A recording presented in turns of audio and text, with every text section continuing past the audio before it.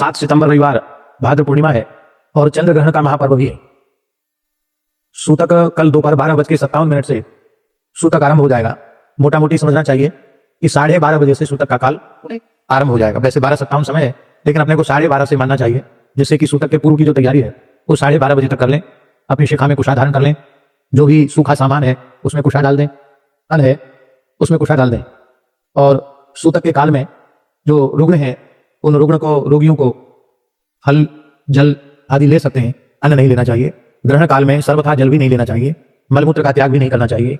और रात्रि को 9:57 पर चंद्र ग्रहण का स्पर्श हो जाएगा। मध्यकाल रात्रि 11:42 पर होगा और मोक्ष काल रात्रि को 1:29 पर होगा। तो ग्रहण के स्पर्श से अर्थात रात्रि को 9:57 से रात्रि को 1:29 तक एक आसन से बैठकर अपने गुरु मंत्र का जप करना चाहिए। जो उस काल में गुरु मंत्र का जप करेंगे उन्हें पुरस्करण का पुण्य प्राप्त हो जाएगा। जिस किसी भी मंत्र का जप किया जाता है उसका पुरस्करण हो जाता है।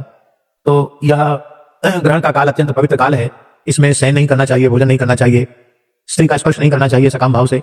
स्त्री हो पुरुष हो सबको सावधान होकर के साधन करना चाहिए, क्योंकि ग्रहण काल का पुण्य अक्षय होता है। सर्वम गंगा समम तोयम सर्वे व्यास समाधिया, सारा जल गंगा जल के तुल्य हो जाता है और सभी ब्राह्मण वेद व्यास के तुल्य होते हैं।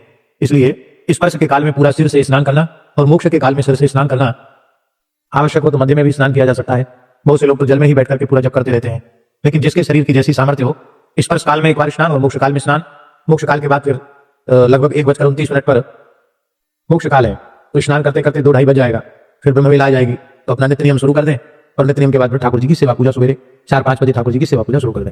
शयन नहीं करना चाहिए। उत्तम पक्ष यही है कि ग्रहण के मोक्ष स्नान के बाद शयन नहीं करना चाहिए। शयन करेंगे तो फिर दूसरे दिन चढ़े तक सोएंगे तो क्या कराया, सब गुरु गोबर हो जाएगा। इसलिए रात्रि को शयन नहीं करना चाहिए। 1:30 बजे के बाद स्नान करके अपना नित्य नियम करके, क्योंकि ग्रहण के बाद बहुत कुछ आवश्यक शुद्धि भी होती है, कपड़े धोना, धुलाई, सफाई सब होता है कार्य, यज्ञ पवित्र बदलना। फिर भगवान का अपना नित्य नियम करते करते भगवान के उठाने का समय हो जाएगा। 3 बजे से भगवान की 4 बजे से सेवा शुरू कर दें। प्रेम से भगवान की सेवा करें।